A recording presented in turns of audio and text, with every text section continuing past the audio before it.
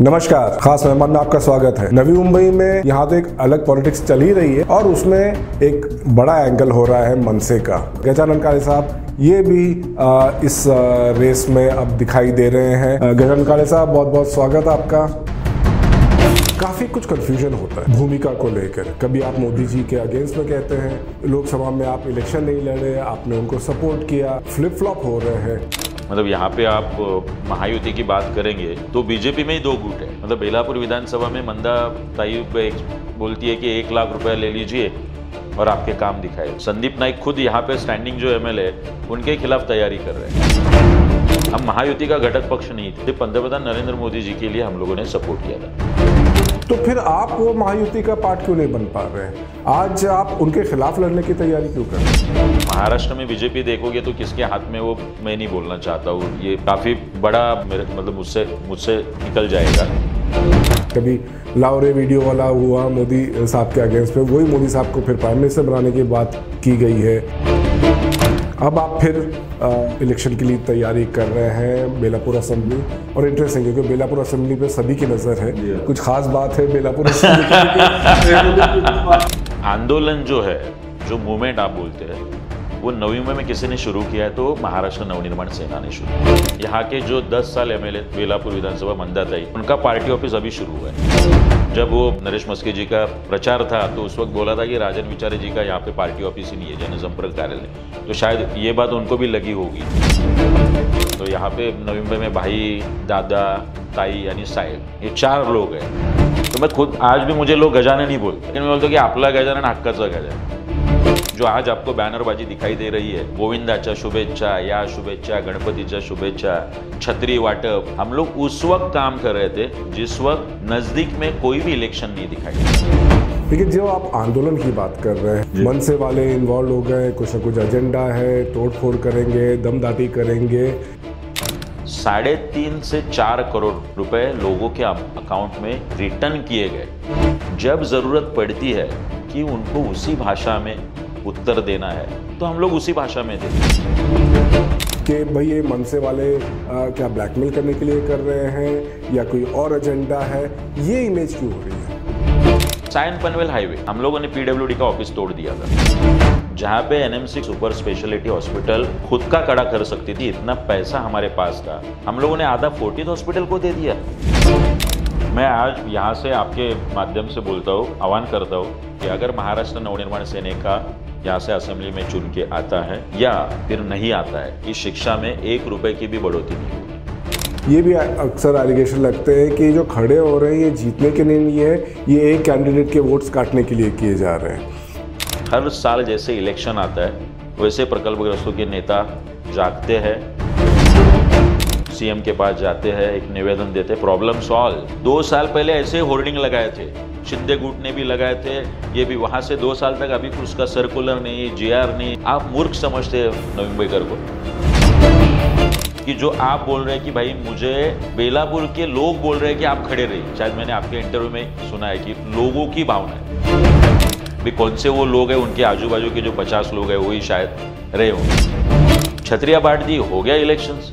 आज आप पावने गांव, जो जहाँ से नजदीकी यहाँ के काफी बड़े नेता का हाउस है, आप पावने गांव के ऊपर शाम को 7-8 बजे जाइए, पूरा हवा में प्रदूषण। और हम जैसे सादे फैमिली से आए हुए लोग क्या विधायक नहीं बन सकते? मेरे पीछे एक नाम ही होना चाहिए क्या मेरे बाप का?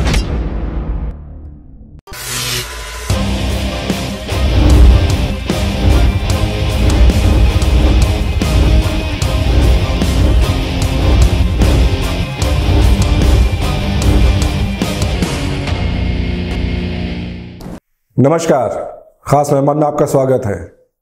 इलेक्शंस की बार बार बात चल रही है। महाराष्ट्र में बहुत कुछ समीकरण बदल रहे हैं और बदलते रहेंगे। उसका इफेक्ट नवी मुंबई में यहाँ तो एक अलग पॉलिटिक्स चल ही रही है, बट ओवरऑल भी इफेक्ट काफ़ी दिखाई दे रहा है। काफ़ी इच्छुक, जैसे कि हमने देखा है, हर पार्टी से हैं और उसमें एक बड़ा एंगल हो रहा है मनसे का। यहाँ के जो मनसे के नवी मुंबई के प्रेसिडेंट है गजानन काळे साहब, ये भी इस रेस में अब दिखाई दे रहे हैं। जोर शोर से काम चल रहा है, लगातार सुर्खियों में बने रहते हैं, स्पोक्स पर्सन भी है अपने पार्टी के। तो आज उन्हीं से जानते हैं कि क्या सब उनकी रणनीति है, क्या प्लान्स है। गजानन काळे साहब, बहुत बहुत स्वागत आपका। बहुत कुछ चेंजेस हो रहे हैं स्टेट लेवल से, आप तो अब स्टेट पार्टी के अपने स्पोक्स पर्सन भी बन गए। ओवरऑल किस तरह से आप देख रहे हैं जो इलेक्शन आ रहे हैं, जो माहौल महाराष्ट्र का?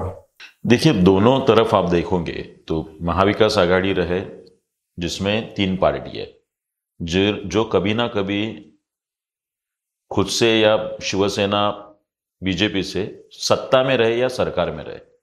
आप महायुति में भी देखेंगे, बीजेपी है, शिंदे साहब की सेना है, या अजीत दादा की राष्ट्रवादी का गुट है, ये भी कभी ना कभी सत्ता में रहे हुए।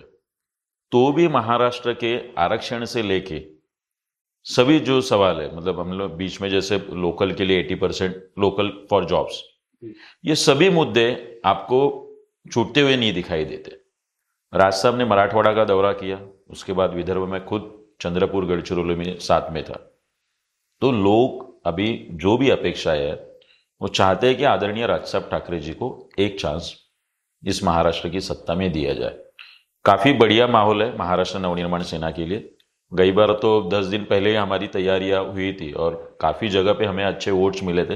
भले सीट एक ही मिली थी, लेकिन आप वोट अगर परसेंटेज देखेंगे तो अच्छे वोट्स मिले थे। मतलब मैं खुद यहाँ से खड़ा था बेलापुर विधानसभा से, तो 28-30 हज़ार तक वोट मिले थे। ऐरोली विधानसभा में भी हमारे जो उम्मीदवार थे उनको 23 हज़ार तक वोट थे। मतलब 50 हज़ार वोट नवी मुंबई में आप देखोगे तो 2019 में हमें मिले हैं। उसके बाद 5 साल हमने काफ़ी काम किया है और अभी ये चेंज, ये बदलाव आपको बिल्कुल दिखाई दिएगा। काळे साहब, आप जिस तरह से बात कर रहे हैं, महाविकास आघाड़ी कहे, महायुति कहे, आपकी पार्टी को लेके या राज साहब को लेकर काफ़ी कुछ कन्फ्यूजन होता है भूमिका को लेकर। कभी आप मोदी जी के अगेंस्ट में कहते हैं, कभी उनको सपोर्ट कर रहे हैं।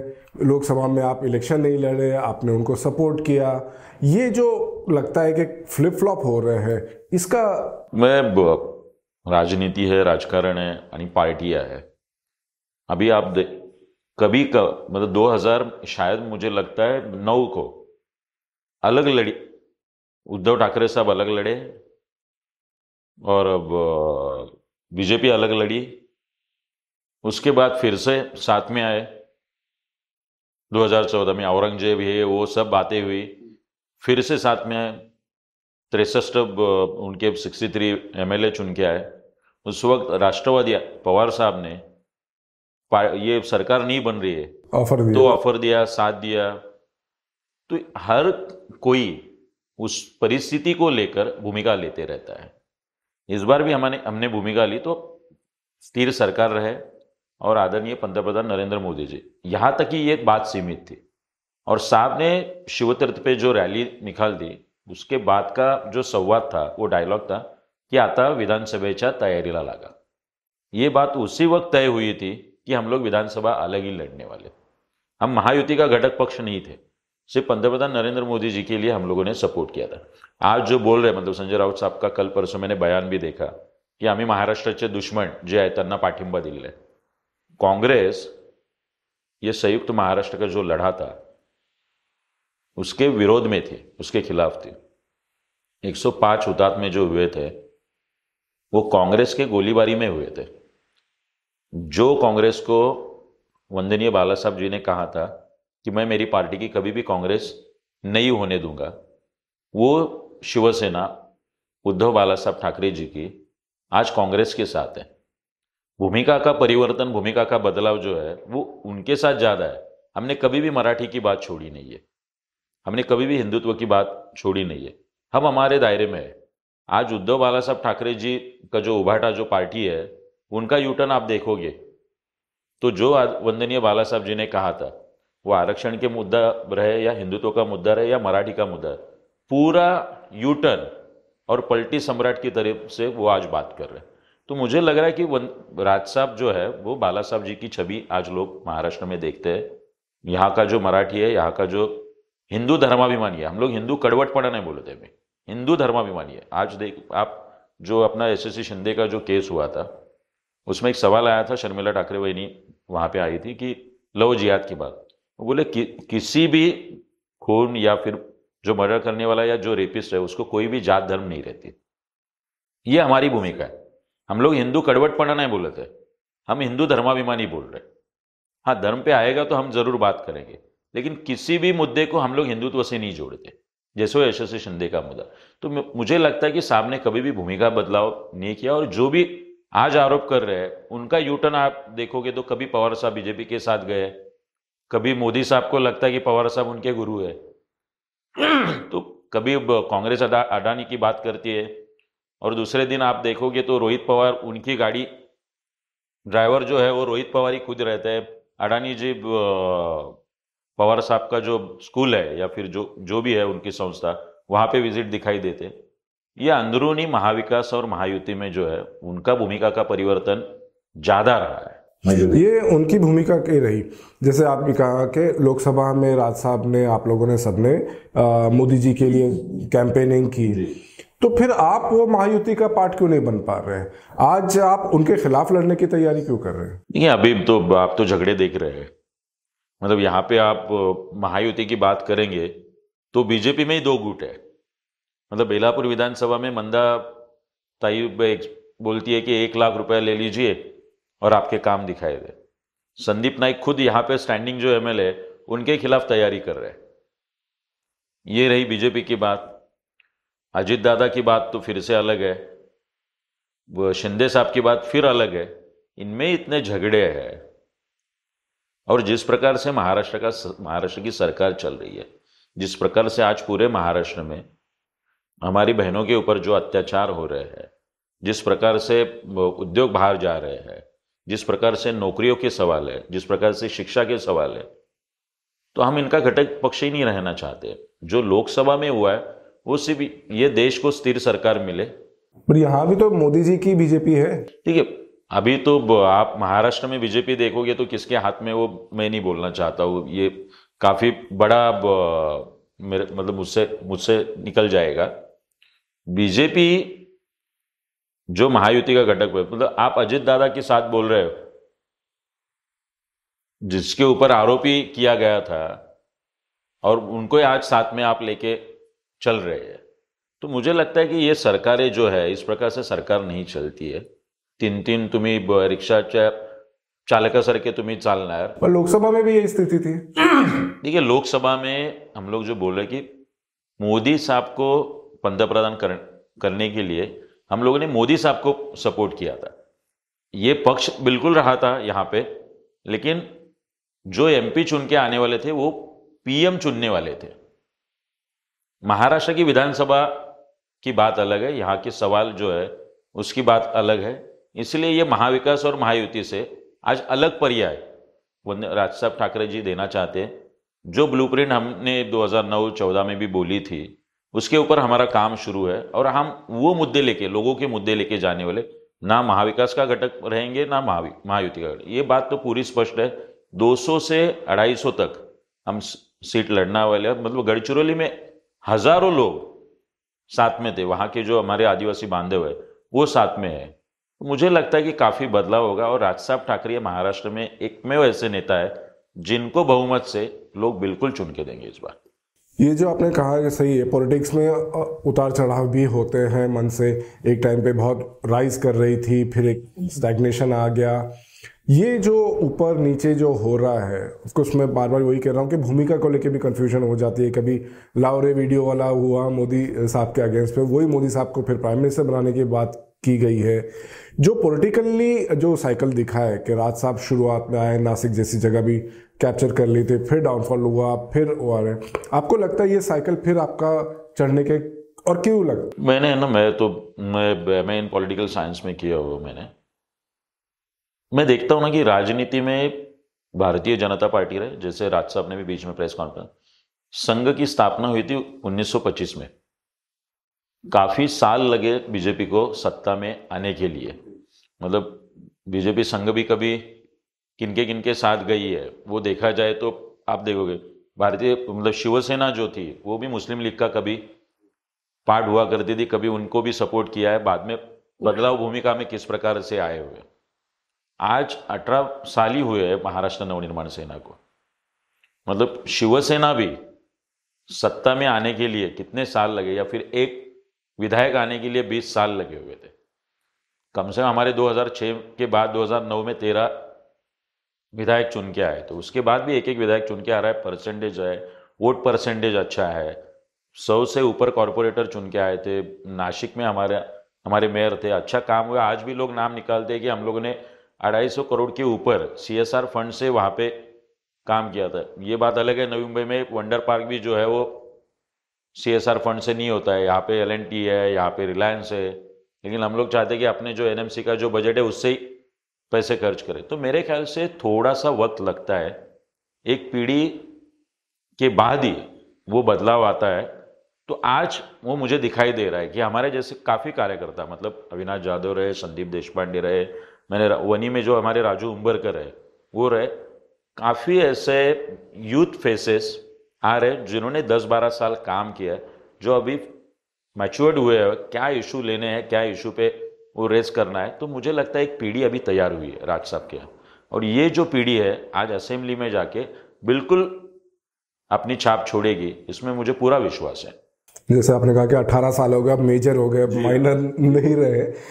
काले साहब, आप भी शुरुआत से राज साहब के साथ में रहे हैं, उनके अप्स एंड डाउन्स के साथ लगातार रहे हैं। पिछली बार आपने इलेक्शन लड़ा था, बहुत कम समय मिला था ऑफकोर्स, लेकिन फिर भी परफॉर्मेंस जो जिस तरह से आया था वो हो गया था। अब आप फिर इलेक्शन के लिए तैयारी कर रहे हैं बेलापुर असेंबली, और इंटरेस्टिंग क्योंकि बेलापुर असेंबली पे सभी की नज़र है। कुछ खास बात है बेलापुर असेंबली की, क्योंकि एरोली की उतनी बात नहीं होती है। तो आपका सफ़र जिस तरह से रहा है राज साहब के साथ भी, और आपको आपकी पर्सनल लाइफ में भी अप्स एंड डाउन्स हुए, लेकिन राज साहब का पूरा भरोसा आपके साथ में रहा है कि आज आपको पार्टी का स्पोक्स पर्सन बनाया गया है और अब बड़े बड़े नेताओं पे टिप्पणियां करने लग गए हैं। इसके बारे में कुछ बताइए। नहीं, राज साहब का तो बिल्कुल विश्वास है। शर्मिला वहीनी जी है, अमित ठाकरे साहब जो मेरे दोस्त है काफ़ी नज़दीक के, उनका भी विश्वास रहा है। मुझे लगता है कि आंदोलन जो है, जो मूवमेंट आप बोलते हैं, वो नवी मुंबई में किसी ने शुरू किया है तो महाराष्ट्र नवनिर्माण सेना ने शुरू किया। आंदोलन वाला संगठन जो है वो नवी मुंबई में बिल्कुल मनसे ने शुरू किया। हम लोग स्थायी समिति सभागृह में घुसे थे, यहाँ का रोड का सब जो खड्डे थे उसके लिए हम लोग PWD में आंदोलन किए, हम लोगों ने सिडको में आंदोलन किया, यहाँ तक कि 45 करोड़ की हम लोगों ने जो महंगाई थी, दाल पकड़ी गई थी, मंत्रालय में गिरीश बापट साहब के बाहर भी हम लोगों ने आंदोलन किया। तो आंदोलन वाला जो संगठन है, इसकी जो आदत लगाई है नवी में, वो मन से नहीं लगाई है। तो राज साहब भी ये देखते हैं, हमारे पार्टी के जो नेता है वो देखते हैं कि आज 25-30 शाखाएं हमारी है, जिसको आप ऑफिस बोलेंगे, जिसको बोर्ड नहीं लगा है, हम लोगों ने बोर्ड लगा के उद्घाटन नहीं किया है। आज पार्टी ऑफिस 25-30 है। एक तरफ हम लोग हैं और एक तरफ यहाँ के जो 10 साल MLA बेलापुर विधानसभा मंदाताई, उनका पार्टी ऑफिस अभी शुरू हुआ है। वो भी मैंने जब वो नरेश मस्के जी का प्रचार था तो उस वक्त बोला था कि राजन विचारे जी का यहाँ पे पार्टी ऑफिस ही नहीं है, जनसंपर्क कार्यालय। तो शायद ये बात उनको भी लगी होगी कि अरे अपना भी नहीं है, शायद गजानन बाद में ये बात ना बोले, तो उन्होंने अभी पार्टी ऑफिस शुरू किया। 10 साल 2 टर्म आपको मिली थी। लोग बेलापुर विधानसभा के जो वोटर है, जो यहाँ की जनता है नवी मुंबई की, वो आपको कहाँ आके मिले? तो वो घर पे आके मिले, जहाँ पे लोग बैठ नहीं सकते, लोग बात नहीं कर सकते, लोग बोल नहीं सकते, मतलब उपलब्धता ये तो अलग ही बात है। संदीप जी नाइक जो यहाँ से लड़ना चाहते हैं या जो भी है, उनका ऑफिस अभी शुरू हुआ है। ये 10 साल MLA थे ऐरोली विधानसभा में। 10 साल ऐरोली विधानसभा में आप MLA रहने के बाद आपका ऑफिस आज 1 साल के बाद, आप 1 साल कम से कम उनको जिला अध्यक्ष करके हुआ है, उनका ऑफिस आज निकल रहा है। 2014 में मुझे कमान मिली थी नवी मुंबई का अध्यक्ष करके, वहाँ से लेकर आज तक कोविड में भी हमारा एक दिन के लिए भी ऑफिस बंद नहीं था। कोविड में भी मैं बैठता था, लोग आते थे। हम लोगों ने सिर्फ इतना ही नहीं किया कि हर दिन हर हफ्ते जाके कमिश्नर साहब को मिले, यही बात मुझसे रह गई।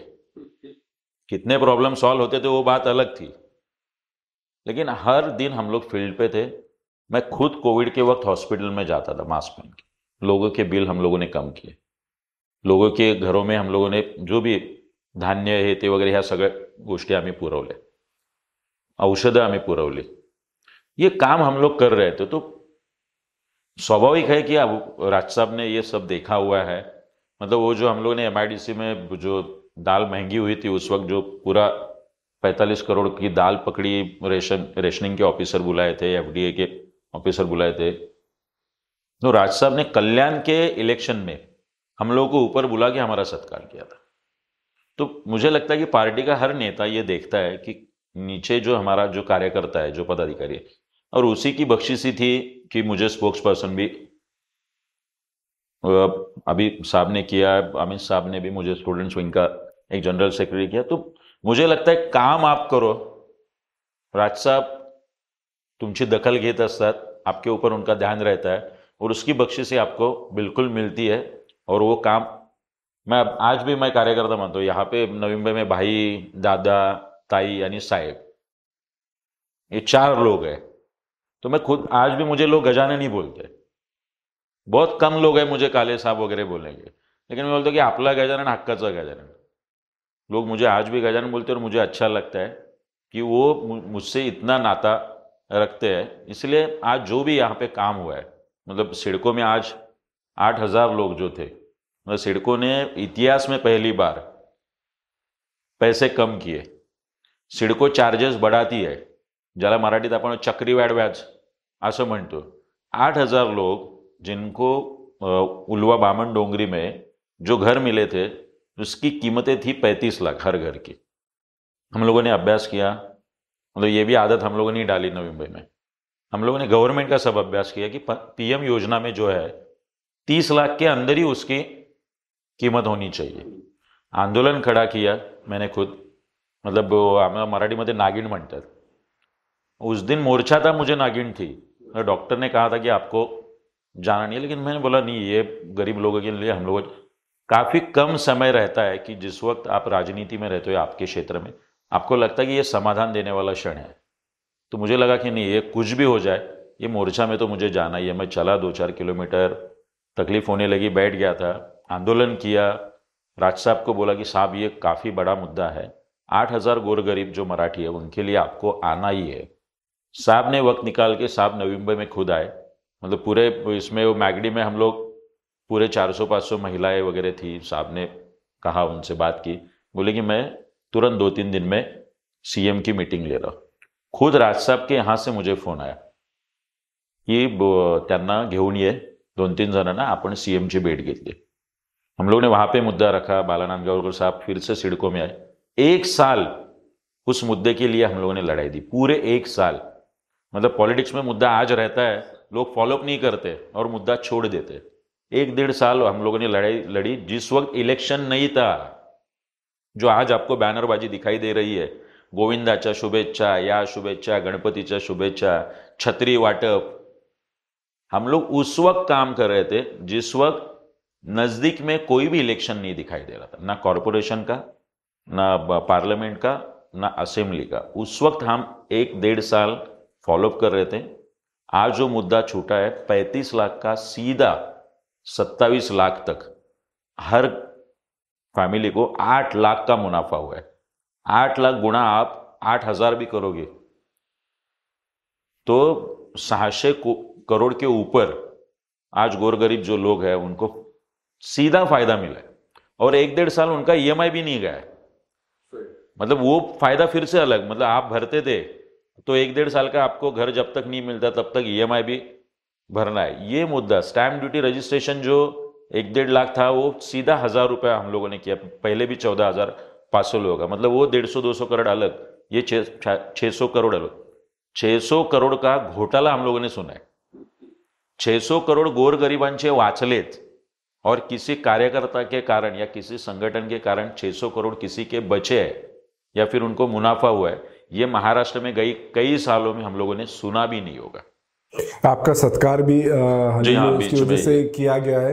काले साहब, ये बात सही है, बहुत अच्छी बात है, लोगों का फायदा भी हुआ है. लेकिन जो आप आंदोलन की बात कर रहे हैं उसमें एक फियर फैक्टर भी हो जाता है. मनसे वाले इन्वॉल्व हो गए, कुछ ना कुछ एजेंडा है, तोड़फोड़ करेंगे, दमदाटी करेंगे. ये इमेज आपको लगता सही है? देखिए मैं गजानन काले आ गए हैं तो मतलब कुछ ना कुछ अब गड़बड़ होगी। नहीं, राज साहब ने जो कहा है ना कि पहले तो हम वो बीच में क्रांतिवीर में जो डायलॉग था, तो पहले तो हम हाथ जोड़ के ही बात करते हैं, फिर मुलाकात भी करते हैं, और फिर जरूरत पड़े तो मुझे अभी जो बीच में फोन आया था, मतलब एक 6-8 महीने पहले, शायद वो अपना फन होटल है तुरबा में, वहां से हमारी बहन का फोन आया कि दादा ये ऐसे ऐसे मुझे थोड़ा सा हरेसमेंट हो रहा है यहाँ पे वगैरह। तो मैंने बोला कि ठीक है, थोड़ा फ़ोन पे वो नॉर्मल थी, तो मैंने बोला हमारे पार्टी ऑफिस में आप आइए, बिल्कुल हम लोग बात करेंगे, उनको भी मैं बुला लेता हूँ, या फिर सामने है तो फ़ोन दे दीजिए। तो उन्होंने फ़ोन लिया नहीं, तो मैं वेट कर रहा था, आधे घंटे में फिर से फ़ोन आया, तो बोली कि वो रो रही थी कि मुझे वो छोड़ नहीं रहा है और काफ़ी तकलीफ हो रही है, मैं यहाँ पे जूनियर शेफ हूँ, शेफ से और ये जो अलग अलग जो 2-3 उनके सीनियर है उनसे तकलीफ हो रही। वो रोना, मैं तुरंत गाड़ियाँ निकाली, लोग जो थे मेरे पार्टी ऑफिस में, मैंने तुरंत मैं चला गया। हम लोग बात कर रहे थे, वहाँ पे जो था उसने ठीक से बात नहीं की, मैंने अपने भाषा में जो भी थप्पड़ देनी थी वो दी। वहाँ वो उसकी ज़रूरत थी वहाँ पे, क्योंकि उसका मॉरल डाउन हो गया था। हम लोग सब ग्रेजुएट पोस्ट ग्रेजुएट लोग हैं, हम ये 5वीं 8वीं शिक्षा किए हुए लोग नहीं है। हमें भी मालूम है कि ये इसके बाद केस होने वाली है, हम लोग कोर्ट में जाने वाले हैं। लेकिन लोगों के लिए आप भगत सिंह को क्या बोलोगे, आप राजगुरु को क्या बोलोगे, आप सुखदेव को क्या बोलेंगे? उन्होंने उस वक्त स्वतंत्रता के लिए गोलियां चलाई थी, हम लोग तो गोलियां नहीं चला रहे फिलहाल, लेकिन कुछ लोग इसी भाषा को समझते। हम लोग निवेदन की भाषा भी बोलते हैं, हम लोगों ने अभी सिडको में एक भी तोड़फोड़ नहीं किया हम लोगों ने, और 600 करोड़ बचे। बीच में हम लोगों ने कामगार का विषय लिया था, जो कंत्राटी कामगार है, जो 10-15 साल से उनके वेतन में जो फर्क था, उसकी जो अमाउंट है वो पहला हफ्ता था 45 करोड़ का, दूसरा 90 करोड़ का। अमित ठाकरे साहब जी खुद आए, संदीप देशपांडे जी हमारे जो प्रवक्ता है, नेता है, वो खुद आए। 135 करोड़ का मुनाफा हुआ। एक तो 135 करोड़ कामगार के अकाउंट में गए, सीधा अकाउंट में गए। 135 करोड़ का फायदा हुआ। हम लोगों ने तोड़फोड़ नहीं की, सिडको के वक्त हम लोगों ने तोड़फोड़ नहीं की। कोविड में गवर्नमेंट का सर्कुलर था कि आप 20 पे है, आप 10 दिन है तो इतना ही अमाउंट, आप आईसीयू में है तो इतना ही, जनरल में है तो आपको इतना ही ये करना है। हम लोग ने हर बिल का अभिजीत बांगर साहब को कहा कि आप ऑडिट कीजिए। रिलायंस हॉस्पिटल, फोर्टिस हॉस्पिटल, ये अपोलो हॉस्पिटल, सभी हॉस्पिटल के हर बिल का ऑडिट हुआ एनएमसी के ऑडिटर से। 3.5 से 4 करोड़ रुपए लोगों के अकाउंट में रिटर्न किए गए। ये पूरे महाराष्ट्र में सिर्फ नवी मुंबई कॉरपोरेशन में हुआ। उस वक्त हम लोगों ने तोड़फोड़ नहीं की। जब जरूरत पड़ती है कि उनको उसी भाषा में उत्तर देना है तो हम लोग उसी भाषा में देते, तब तक हमारा आंदोलन रहता है, साइन कैंपेनिंग। अभी हम लोगों ने 80% जो जॉब्स है, जो गवर्नमेंट का ही सर्कुलर है कि लोकल को देना चाहिए। लोकल मतलब जिसकी 2-3 पीढ़ियां यहाँ पे है वो भी लोकल, सिर्फ मराठी ये लोकल नहीं है। जो 15-20 साल से यहाँ पे रह रहा है, जिसका डोमिसाइल सर्टिफिकेट है, जो चाहे मराठी है, अमराठी है, स्थानिक उसकी भाषा, यहाँ का जो हमारा प्रकल्पग्रस्त है, उसको वो जॉब मिलनी चाहिए। हम लोग साइन कैंपेनिंग कर रहे हैं, हम घर घर जा रहे हैं, हम हर कंपनी को निवेदन दे रहे हैं। अगर ये सभी भाषा के बाद भी अगर सिस्टम को कोई भाषा नहीं समझ में आती है तो हम क्या करें? हमारे पास ऑप्शन भी नहीं रहता है। हम लोग क्या डराना नहीं चाहते उस वक्त, हम तो चाहते कि भाई स्टेप बाय स्टेप हम लोग आ रहे, तो आप उस भाषा में हमें तुरंत जवाब दीजिए। और कई बार तो है कि वो उसकी जरूरत भी नहीं पड़ती। यही बात है, बहुत सही बात है आपने, अच्छे एग्जाम्पल्स भी दिए हैं, अच्छे काम हुए हैं। फिर मैं वही समझना चाह रहा हूँ कि ये फियर फैक्टर क्यों? आप भगत सिंह साहब का नाम ले रहे हैं, राजगुरु, जब इनके एजेंडा बहुत क्लियर थे, यहाँ पे एजेंडा के ऊपर सवाल किया जाता है कि भाई ये मनसे वाले क्या ब्लैकमेल करने के लिए कर रहे हैं या कोई और एजेंडा है? ये इमेज क्यों हो रही है? देखिए, एमआईडीसी में अभी 45 करोड़ की हम लोगों ने दाल पकड़ी थी, जब महंगाई काफी सीमा पर थी। मुझे जो ओनर है उनका फोन आया था, मैं निकल चुका हूँ, आप वो सब रफा दफा कीजिए, कुछ केस मत कीजिए, कोई ये मत कीजिए वगैरह। हम लोगों ने नहीं सुना है। महंगाई है, ये सब दाल जो ब्लैक में ये छुपा के रखी हुई पूरी ओपन मार्केट में आनी चाहिए और हर किसी को मिलनी चाहिए। हम लोगों ने कुछ कॉम्प्रोमाइज नहीं किया, ना हमारा कोई एजेंडा था उसमें। 600 करोड़, आपको लगता है सिडको में से मुझे फोन नहीं आया होगा? अरे क्यों इसमें पढ़ रहे हो यार, आपका कुछ है तो बोलो 50 करोड़ और रफा दफा कर दो। 600 करोड़ का नुकसान जो जिसने घर बांधे हैं, जिसको बिल देना है, वहां के एमडी, वहां के जॉइंट एमडी, ये रैकेट तो पूरा ऑफिसर से लेके नीचे तक रहता है। अगर 600 करोड़ के लिए मैं झगड़ा कर रहा हूं तो मेरी मीटिंग है वहां तक नहीं हुई होगी? नहीं, यहां पे हम लोग को कॉम्प्रोमाइज ही नहीं करना। 135 करोड़ कॉन्ट्रैक्टर को एनएमसी के वर्कर के अकाउंट में देना। एनएमसी का कॉन्ट्रैक्टर, आपको लगता है हमारे साथ बैठा नहीं होगा, हमें ऑफर नहीं दी होगी? हमें नहीं कॉम्प्रोमाइज। ये हम लोगों ने अगर ऐसे पैसे भी निकाले ना तो 1000 करोड़ कम से कम जो नवी मुंबई करे हमारे कारण उनको मिले। Fortis hospital, Apollo hospital, Reliance hospital, हम लोग बोलते हैं हर किसी का बिल दीजिए, 4 करोड़ रुपए वो रिटर्न दे रहे हैं। वो 50 लाख और 1 करोड़ हमें भी तो देके वो ये हो जाता था, शायद ऑफर भी हम लोग नहीं, ये हॉस्पिटल का इशू है, ये दाल का इशू है, ये कामगार का इशू है, ये गोर गरीब का इशू है। ये जो हमारे खिलाफ जो अफवाहें फैलाते हैं ये वैसे है क्योंकि इन्होंने कभी 50 करोड़ किसी गोर गरीब के कभी मुनाफा नहीं किया इन लोगों ने, या फिर उसके अकाउंट में भी नहीं गए। इनके घर बढ़ते गए, इनकी गाड़ियां बढ़ती गई, इनके पैसे बढ़ते गए, इन्होंने कभी सोचा नहीं है। लेकिन सिर्फ मनसे को बदनाम करने के लिए ये करते वो करते वो करते। भाई आइए ना, जो हम लोगों ने इशू लिए हैं नवी मुंबई में, वो हर इशू को हम लोगों ने लास्ट तक लेके गए। हाँ, कभी सॉल्व हुआ है, कभी नहीं सॉल्व हुआ। हम विरोधी पार्टी में हैं, हम सत्ता में नहीं है। सिडको का जब इशू लिया था तो मुझे लगा कि यार कैसे होगा, इतनी बड़ी सिस्टम से हम लोग लड़ रहे, 600-800 करोड़ का लोगों को फायदा पहुंचाना है, तो सरकार सुनेगी या नहीं सुनेगी, सिडको सुनेगी या नहीं सुनेगी। दबाव इतना था, प्रेशर इतना था कि सुनना पड़ा। कामगार के वक्त भी रामास्वामी साहब थे, मिसाल साहब थे, कैसे कोई आयुक्त भी ऐसे रहते जो सेंसिटिव है कि यार ये मुद्दा है। कोई प्रशासन में कुछ लोग अच्छे भी है, जैसे उस वक्त भी संजय मुखर्जी साहब ने पहले नहीं सुना, लेकिन मैं बोला कि साहब भगवान के साथ आपकी फोटो लगाएंगे ये लोग, घर होना मतलब। मैंने बोला आप जब शुरुआत आपने की, आप भी कहाँ से आए, फिर बाद में IAS हुए, तो घर, खुद का घर, मैं झुग्गी झोपड़पट्टी से आया हूं यहां तक, मुझे मालूम है कि एक घर का ये क्या रहता है, भावना क्या रहती है, उससे उसका इमोशंस क्या रहता है। तो मैं बोला आप भगवान और संजय मुखर्जी ऐसे 2 फोटो लगेंगे, तो उनको भी वो बात लगी, बोले अरे नहीं ये गजानन होना चाहिए। उसके बाद फिर डिगीकर साहब आए, उन्होंने वो डिसीजन लिया। तो मुझे लगता है कि हमारे इमोशंस है कुछ चीज़ों को लेकर। हाँ ठीक है, हम लोग बात करते हैं, मुलाकात करते हैं, बाद में जो हम लोगों को जो सिस्टम को लात मारनी है, वो लात मारने का जो काम है वो महाराष्ट्र नवनिर्माण सेना करे। लेकिन अगर आप सायन पनवेल हाईवे, हम लोगों ने PWD का ऑफिस तोड़ दिया था क्योंकि एक पुलिस कांस्टेबल है, उसकी मौत हो गई थी बाइक से। कितने एक्सीडेंट होते थे। हमारे बाद 35 करोड़ रुपए मंजूर हुए। आज कम से कम 70-80% सायन पनवेल हाईवे सीमेंट कॉन्क्रीटीकरण है उसका, मतलब कम से कम 20% आज भी खड्डे हैं, 10-20%, लेकिन जो हाल पहले थे 4-5 साल पहले उससे काफी बेटर है। तो ये सभी जमीन से जुड़े हुए मुद्दे, और जो लाइन में सबसे लास्ट है उसके मुद्दे हम लोगों ने बिल्डर के मुद्दे नहीं लिए, हम लोगों ने कॉन्ट्रैक्टर के मुद्दे नहीं लिए। बात करते लोग आज रीडेवलपमेंट की, आज रीडेवलपमेंट के लिए सिटी तैयार है क्या?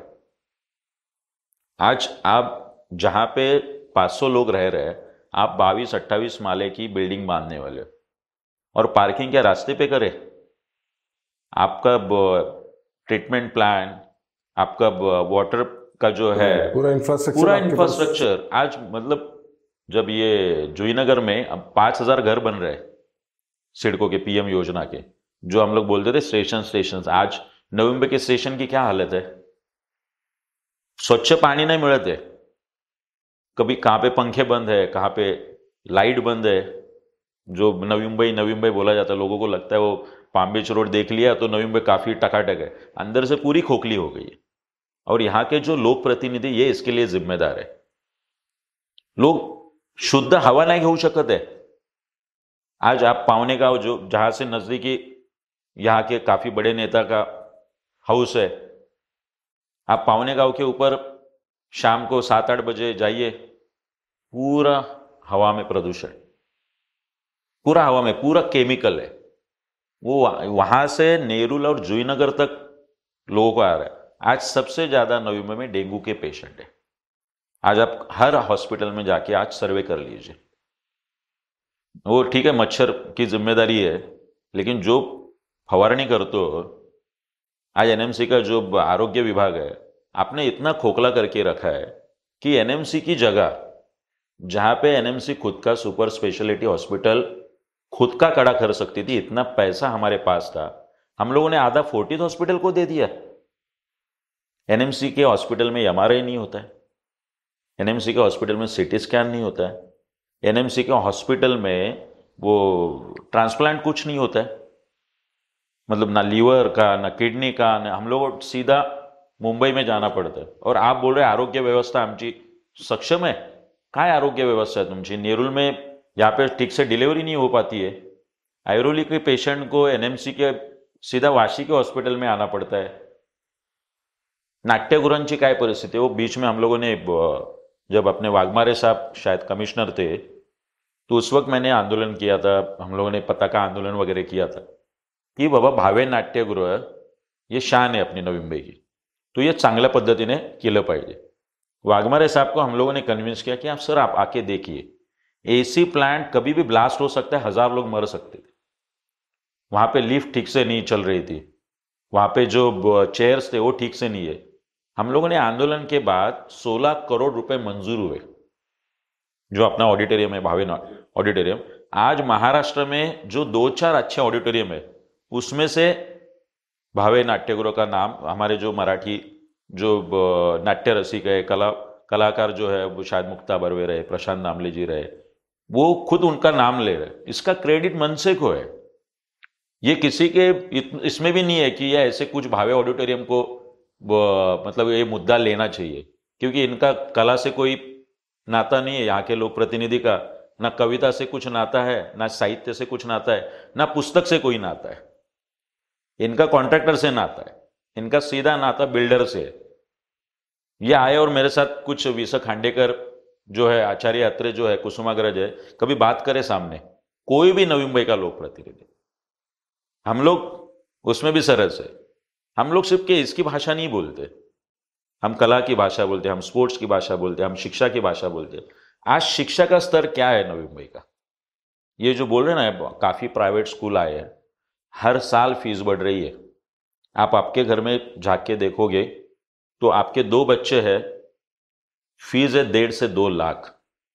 कोई भी school, DAV, DPS, father Agnel, APJ, जो भी है, बड़ी स्कूलों की नाम ले रहा हूं, इसमें तो रयान बियान सभी है। 2 बच्चे रहेंगे, 4 लाख रुपए आपको सिर्फ फीस है। स्टेशनरी, उसका ड्रेस, उसके जो शूज, उसकी करिकुलम एक्टिविटीज, ये सब, मतलब एक बच्चा कम से कम 4 या 5 लाख जाता है। 2 बच्चे घर में है तो 10 लाख रुपए, और उसको पगार कितनी है? 50,000। 50,000 गुणा 12, 6 लाख पगार। इसीलिए उसके औरत को भी काम करना पड़ता है, घर की महिला भी काम करे, दोनों मिला के 10 लाख होता है, तो सिर्फ फीस में ही जाता है। बाकी का घर का ईएमआई अलग, कार का ईएमआई अलग। ये शिक्षा की फी के बारे में यहाँ के लोक प्रतिनिधि कभी बोले हैं? क्यों नहीं कम हो रही? हमारे पास फॉर्मूला है। मैं आज यहां से आपके माध्यम से बोलता हूं, आह्वान करता हूं, मेरे पास फॉर्मूला है। 1 रुपया भी अगर महाराष्ट्र नवनिर्माण सेना का यहां से असेंबली में चुन के आता है या फिर नहीं आता है, तो भी हमारे पास फॉर्मूला है कि शिक्षा में 1 रुपए की भी बढ़ोतरी नहीं होगी। यह हमारा आश्वासन है, यह हमारा कर्तव्यनामा है। हम वो जाहिरनामा वीरनामा नहीं बोलते, हमारा कर्तव्य है ये कि आरोग्य व्यवस्था है। अपोलो हॉस्पिटल में आप जाइए, एंजियोप्लास्टी, एंजियोग्राफी जो भी है, उसके दर अलग, फोर्टिस के दर अलग, रिलायंस के दर अलग। इसके ऊपर बात क्यों नहीं होती है? इसके ऊपर चर्चा क्यों नहीं होती है कि हॉस्पिटल में भी एक दर पत्रक चाहिए? आप होटल में जाते हैं, 5 स्टार होटल, हाँ, आज हॉस्पिटल, आप होटल में जाते हो, 5 स्टार का दर ये रहता है, इडली सांभर इतना, डोसा इतना, चिकन मटन इतना। आप जेडी साहब जाएंगे मर्सिडीज से तो एंजियोप्लास्टी अपोलो वाला ऊपर से देख लेगा, इनको 5 लाख लगा दो। कोई बेचारा रिक्शा से आ रहा है, इसको 4 लाख लगा दो। मतलब हमें आज हॉस्पिटल नहीं ये हो रहा है, आरोग्य व्यवस्था तुमच्या ताब्यात नाही, शिक्षा व्यवस्था तुमच्या ताब्यात। 3,500 से ज़्यादा कंपनियां आज नवी मुंबई में है। स्मॉल स्केल इंडस्ट्री है, काफ़ी बड़ी कंपनी है और बहुराष्ट्रीय कंपनी है, मतलब इंटरनेशनल कंपनी है। यहाँ पे क्या हमारे लोकल बंदे यहाँ पे काम करते जो नवी मुंबईकर है? क्यों नहीं काम करते? अगर गवर्नमेंट का सर्कुलर है तो हमारे जाए हैदराबाद में आईटी से के यहाँ से कॉलेज, मतलब भारतीय विद्यापीठ से आईटी करे, कंप्यूटर साइंस इंजीनियरिंग करे, हैदराबाद, पुणे, मुंबई, मतलब अंधेरी, विसई, विरार से वहाँ से आने के लिए उसको 2-3 घंटा, दहीसर जाने के लिए 2-3 घंटा, वो वहाँ पे काम करेगा। नवी मुंबई में अगर इतनी कंपनियां है, गवर्नमेंट का सर्कुलर है, हमारे जो लोक प्रतिनिधि है इस पे क्यों बात नहीं करते? आप रोजगार पे बात नहीं करोगे, आप शिक्षा, ये कहते हैं कि ये वाटर गटर मीटर, ये कॉरपोरेशन का इलेक्शन है क्या? आपको पॉलिसी के ऊपर बोलना है, आप पॉलिसी के ऊपर कम, आप छतरियों के ऊपर ही ज्यादा बोल रहे हैं। छतरियां बांट दी, हो गया इलेक्शंस। मतलब मुझे समझ में ही नहीं आ रहा है कि मैं पॉलिटिकल साइंस का स्टूडेंट हूं, किन मुद्दों के ऊपर हम लोग झगड़ा कर रहे हैं। आपने मेरे सवाल के पहले ही आपके मुद्दे बता दिए हैं कि आप इलेक्शन में क्या लेके आ रहे हो, और बहुत सही मुद्दे हैं क्योंकि ये सब चीज़ों की बहुत ज़रूरत है, ये हो रही है। मुद्दे तो ये आपके काली साहब आ गए हैं, किस तरह से इम्प्लीमेंटेशन है और उसके लिए जीतना भी बहुत ज़रूरी हो जाता है क्योंकि पॉलिटिक्स में ये पावर की बहुत ज़रूरी होती है। बहुत जल्द पता नहीं है कब तक ये अनाउंस होंगे, बट ये एक्सपेक्ट किया जा रहा है कि दिवाली के बाद इलेक्शंस हो जाएंगे, कैंपेनिंग शुरू हो जाएगी, बल्कि काफ़ी कैंपेनिंग तो एक्चुअली शुरू भी हो गई है। आप किस तरह से सोच रहे हैं कि ये आगे बढ़े, कैंपेनिंग करें? क्योंकि जैसे हमने डिस्कस किया कि ऑलरेडी इतने दावेदार हैं, उसमें से आप और जो लोकसभा था उसमें तो रथ में आप भी थे, उन सबके साथ में कैंपेनिंग कर रहे थे। आज आपको अलग इंडिपेंडेंट कैंपेन करना है, ये किस तरह से आप प्लान कर? देखिए, बीच में राज साहब ने हमारी मीटिंग ली थी, उसमें काफ़ी कहा था, मतलब ये तो सवाल हमें भी थे कि इतने बड़े लोग हैं, इनके सामने हमें खड़ा रहना है। साहब ने काफ़ी बड़ी बात की थी। कांग्रेस के पहले कोई था? अगर कोई किसी जगह पे आज शिवसेना है तो उसके पहले कांग्रेस थी, किसी जगह पे आज बीजेपी है तो कोई तो पहले था। आप काम करते रहिए, लोग रिकॉग्नाइज करते हैं। सिडको का मुद्दा हमने उठाया, कामगार का मुद्दा हमने उठाया, महंगाई का मुद्दा हमने उठाया, शिक्षा का मुद्दा हमने उठाया, आज रोजगार का मुद्दा हम लोग उठा रहे। अभी नवी मुंबई के पास चॉइस है, ऑप्शन है, महाराष्ट्र नवनिर्माण सेना। नवी मुंबई के पास चॉइस है गजानन काले। अभी आपको सोचना है कि जो आज बैनरबाजी दिखाई दे रही है, जो आज छतरियों का वाटप दिखाई दे रहा है, जो 10 साल से बोल रहे हैं महाराष्ट्र भवन होगा, महाराष्ट्र भवन होगा, कहाँ है महाराष्ट्र भवन? उसकी एक ईंट भी नहीं अब तक लगाई गई। हमें हॉस्पिटल होगा, हॉस्पिटल होगा, हॉस्पिटल होगा, उसके जगह से लेके झगड़े शुरू है।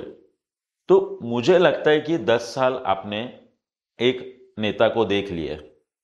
यहां पे जो अभी इंपोर्ट हुआ नेता जो है, जो 10 साल पहले ऐरोली विधानसभा में था, आपने 10 साल ऐरोली विधानसभा के लोगों को पूछना चाहिए कि भाई वहां पे आपने क्या किया है जो आप यहां पे हिम्मत करके आए हुए। दीघा झोपड़पट्टी वैसे ही है, वहां पे रबड़े एमआईडीसी वैसे ही है, घनसोली कोपर खरीदने की समस्या छूटी ही नहीं रही है। तो 10 साल आपने वहां पे क्या प्रोजेक्ट खड़ा किया है? ऐसे कौन सी वास्तु खड़ी की है कि जो आप बोल रहे हैं कि भाई मुझे बेलापुर के लोग बोल रहे हैं कि आप खड़े रहिए? शायद मैंने आपके इंटरव्यू में सुना है कि लोगों की भावना है, भाई कौन से वो लोग हैं, उनके आजू बाजू के जो 50 लोग हैं वही शायद रहे होंगे। ये है, और जो भी है, आप तुलना कीजिए। मैं चाहता हूं आप तुलना कीजिए। हम सत्ता में नहीं है, अब हम 1000 करोड़ रुपए का काम लोगों के लिए किया है हम लोगों ने। सत्ता में नहीं है, ना हम एनएमसी के सत्ता में है, ना हम असेंबली में है, ना हम पार्लियामेंट में, तो भी हम इतना काम कर रहे हैं, जी तोड़ मेहनत कर रहे हैं, रास्ते का इशू से लेके रोजगार तक के बात कर रहे हैं, शिक्षा की बात कर रहे हैं, इस मुद्दे पे आंदोलन कर रहे हैं, इस मुद्दे को कोशिश कर रहे कि छूटना चाहिए। टोल नाका, वाशी और ऐरोली सब कलेक्शन हो चुका है, क्यों नहीं बंद हो रहा है? क्यों यहाँ के जो विधायक है वो असेंबली में इसके खिलाफ बोल रहे हैं? क्यों आंदोलन नहीं कर रहे? क्यों रास्ते पे नहीं आ रहे? क्यों मूवमेंट नहीं कर रहे? ये मुद्दा हम लोगों ने लिया। हम पावर में नहीं है इसलिए हम मुद्दा उठा सकते हैं, हम उनका भ्रष्टाचार रास्ते पे लेके आ सकते हैं। शायद हमारे जैसे जो युवा है जो इसकी सोच रखते हैं, ऐसे सोच वाले युवा को आप क्यों नहीं एक चांस दे? एक चांस तो मांग रहे हैं हम लोग। ये बहुत सही बात है और आप बोल रहे हैं कि एक ऑप्शन है और लोगों को चूज करना है। खरे साहब, एक और बात आ जाती है सीरियसनेस की भी बात। ये भी अक्सर एलिगेशन लगते हैं कि जो खड़े हो रहे हैं ये जीतने के लिए नहीं है, ये एक कैंडिडेट के वोट्स काटने के लिए किए जा रहे हैं। पिछली बार भी आप खड़े हुए थे, बहुत अच्छे वोट्स आपको मिले, बट उसमें ये भी लगा कि भाई किसी और को हार्म करने के लिए ये किया जाता है। इसको आप किस तरह से ओवरकम करेंगे? देखिए, एक तो हम लोग इतने सालों से काम कर रहे हैं और कौन चाहेगा कि भाई हम लोग अगर काम कर रहे हैं तो लोग रिकॉग्नाइज करके हमें विधायक ना चुने। मैं इतने लेवल पे जाके यहाँ के लोक प्रतिनिधि के ऊपर बोल रहा हूं कि ये काम नहीं कर रहे। मैं किसी भी ना सत्ता पक्ष के बारे में बोल रहा हूं कि उनसे बाजू से बोल रहा हूं, ना विरोधी। हमारे लिए सब समान है जो है। हम चाहते कि यहां से चुन के आके 5 सालों में जो 25 साल में काम नहीं हुआ ना, वो 5 साल में हम लोग करेंगे। 25 साल में जो नहीं हुआ, सब स्कूल फीस हम लोग 1 रुपया नहीं बढ़ने देंगे। आरोग्य व्यवस्था कंट्रोल मध्ये, हर गोरगरीब को भी वहां पे आरोग्य व्यवस्थेला मिळेल। रोजगार 100%। एक सुद्धा मुलगा नवी मुंबई से एक भी युवा वाशी और ऐरोली टोल क्रॉस करने की जरूरत नहीं है उसे। यहां पे ही रोजगार मिलेगा, उतने पैकेज में मिलेगा और सभी बड़ी नौकरियां जो है वो यहाँ के लोकल बंदों को ही मिलेगी। आज प्रकल्पग्रस्तांचे नेते तुम्ही सांगता, मैं उसके ऊपर शायद 2 ही टिप्पणियां करूंगा। प्रकल्पग्रस्तों के नेता करके जो भी यहाँ पे 10, 20, 25 साल से चुन के आए, कौन सा प्रॉब्लेम सॉल्व हुआ है? मी आगरी कोळी जे माझे युवक आहे त्यांना आव्हान करतो, क्या आपके घर नियमित हुए? नहीं हुए। आज भी जाके सिर्फ आश्वासन ही लेके आए, उसके ऊपर सर्कुलर बिरकुलर कुछ नहीं हुआ है। काय 12.5% तुम्हाला भूखंड मिळालेत?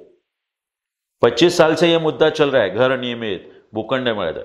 सिडको का एग्रीमेंट है स्कूल और कॉलेजेस के साथ कि आपको आरक्षण मिलेगा, मतलब आपकी 2-5%।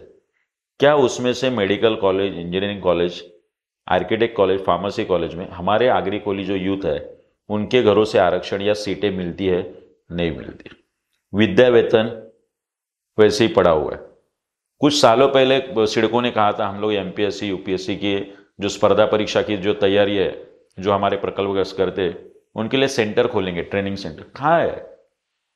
5 मुद्दों के ऊपर हर साल जैसे इलेक्शन आता है वैसे प्रकल्पग्रस्तों के नेता जागते हैं, सीएम के पास जाते हैं, एक निवेदन देते, प्रॉब्लम सॉल्व।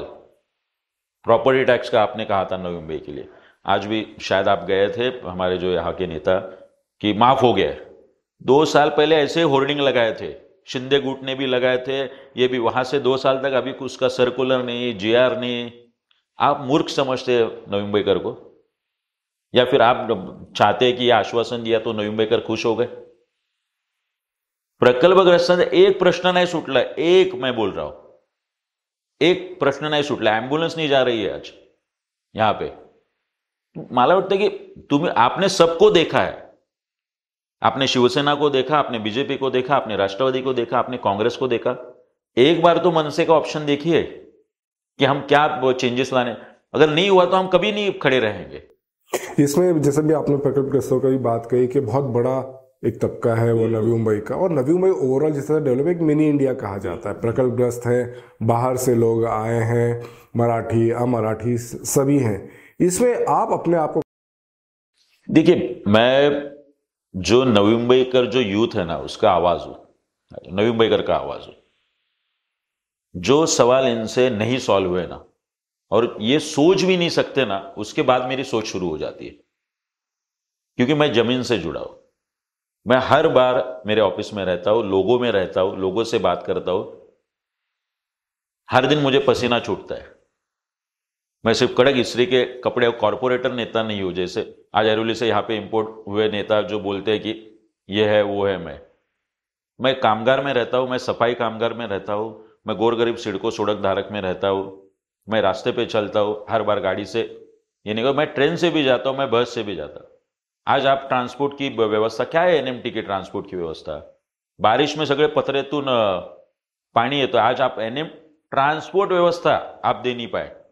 आज नवी मुंबई की आप बात कर रहे हैं, तो क्या ट्रांसपोर्ट व्यवस्था है? जैसे बीएसटी है, कम से कम उसका नाम तो है, भले काफी प्रॉब्लम रहेंगे, लेकिन आज बीएसटी से आप बस से प्रवास करून सेफ्टी तो रहता है। आज ते काहीतरी त्यातल्या लोकांना 13 वर्षापासून जे मिळालं नाही, 10 लाख रुपये मिळणार, ये भी आश्वासन नहीं है। तो मुझे लगता है कि मैं आज नवी मुंबई की आवाज हूं, शायद मैं आवाज टुडे से बात कर रहा हूं, तो यह और अलग बात है। तो एक विश्वास लोग रखे, आपके विश्वास म्हणजे आम्ही मराठीत म्हणतो की तडा जाणार नाही तुमच्या विश्वासाला आज। और हम जैसे सादे फैमिली से आए हुए लोग क्या विधायक नहीं बन सकते? मेरे पीछे एक नाम ही होना चाहिए क्या मेरे बाप का, या मेरे पीछे कोई एक कास्ट होनी चाहिए, या मेरे पीछे कोई ये, हम 25-25 30-30 साल से रह रहे, यहाँ के जो स्थानिक की व्याख्या है, जो प्रकल्पग्रस्त है, हम उनसे भावना जुड़ती है हमारी। हम भी स्थानिक है, वो भी स्थानिक है, वो भी मेरे भाई है और हम भी उनके भाई है। एक चांस दीजिए। जो बदलाव आपने नहीं देखा है 25 साल में नवी मुंबई में, पॉलिसी के ऊपर काम करना है, ये ठीक है, सड़क बिड़क ये सब चीजें जो वाटर गटर में जो एनएमसी इलेक्शन में आएगी, मुझे लगता है आप अभी सवाल कीजिए, नवी मुंबई कर आप सवाल कीजिए, 25 साल में आपने क्या दिया? एक सादा टूरिस्ट स्पॉट नहीं है हमारे पास। टूरिस्ट स्पॉट, हमें टूरिस्ट स्पॉट देखने के लिए कहा जाना पड़ता है 26 जनवरी एनएमसी की लाइटिंग, 15 अगस्त एनएमसी को लाइटिंग, और क्या रहता है जो भी है, मतलब वर्धापन दिन वगैरह वगैरह, एनएमसी की लाइटिंग देखने के लिए लोग आते हैं और सेल्फी निकालते हैं। एक टूरिस्ट स्पॉट हम लोग डेव्हलप नहीं कर पाए। कुठे प्राणी संग्रहालय? आमच्या पोरांनी काय जायचं, वो प्राणी देखने के लिए एनएमसी के स्थायी सभागृह या फिर वो सभागृह में जाना पड़ता है। काफी चीजें हैं जो रह गई है, जिसके ऊपर लोगों का ध्यान नहीं। एसटी डेपो नहीं है, आप देखोगे तो वाशी से लेकर सब जगह पे हाईवे पे लोगों को खड़ा रहना पड़ता है, और ये एसटी डेपो के लिए तुरबा में प्लॉट है, सालों से है, लेकिन हमारे लोक प्रतिनिधि उसके ऊपर सवाल खड़े करते नहीं। पत्र देणार, आता मी बोललो तर लगेच सुरू होतील उद्यापासून, अरे चलो अजेंडा ही बोल दिया गया, चलो ये करो वो करो। ये सिर्फ आश्वासन देने काम हम लोग कर रहे हैं। आज सत्ता नहीं है तो हम काम करें, कल सत्ता आएगी तो कितीतरी कामं आम्ही करू शकतो। तर लोकांनी विश्वास टाकला पाहिजे, आणि नवी मुंबईचा आवाज म्हणून मला वाटतं की लोकांनी आमच्यावर विश्वास टाकावा, हम निराश नहीं करेंगे। फाइनली काले साहब, काफ़ी कुछ आपने कवर कर लिया है, आपका जन्मदिन है, आपको शुभकामनाएं हमारी तरफ से। इस मौके पे फाइनली आप व्यूअर्स को हमारे क्या कहना चाहेंगे? देखिए, आपने तो अभी मुद्दा निकाला है जन्मदिन का, तो जो भी महाराष्ट्र में आज हो रहा है, और बेसिकली बीच में हमारी जो बहन थी अक्षता, उसके बारे में भी जो भी हुआ है, तो काफ़ी व्यथित है मन। अभी उसके लिए 2 महीने भी नहीं हुए, तो मैंने कल परसों ही डिसाइड किया, मेरे काफ़ी नज़दीकी जो लोग हैं उनसे भी मैंने बोला कि आपको कोई भी बैनरबाजी नहीं करनी, ना ही कोई आनंद उत्सव उसमें सेलिब्रेट करना है। जब तक मेरी जो बहन है अक्षता मात्रे, उसके जो गुनहगार है उनको फांसी नहीं होती, तब तक मैं ये जन्मदिन सेलिब्रेट नहीं करना। ये मेरा संकल्प है, ये मेरा इमोशंस है, ये मेरी संवेदनशीलता है। हाँ, जिसको जो करना था उसने जो करे, ते मला ते मराठीत ओंगळवाणं प्रदर्शन मेरे को करना नहीं है। मैं जे राजसाहेब म्हणलं की मैं माझा जन्म झाला तर मी कोणावर उपकार नाही केले, तो मुझे लगता है ये जो संवेदनशीलता है ये राजनीति से खत्म होने लगी है। मैं चाहता हूँ कि हा ओलावा राहिला पाहिजे, इसीलिए कोई भी हम लोग सेलिब्रेशन नहीं करें। हम लोगों ने सादा एक कीर्तन का कार्यक्रम रखा है, मराठमोळ कीर्तन।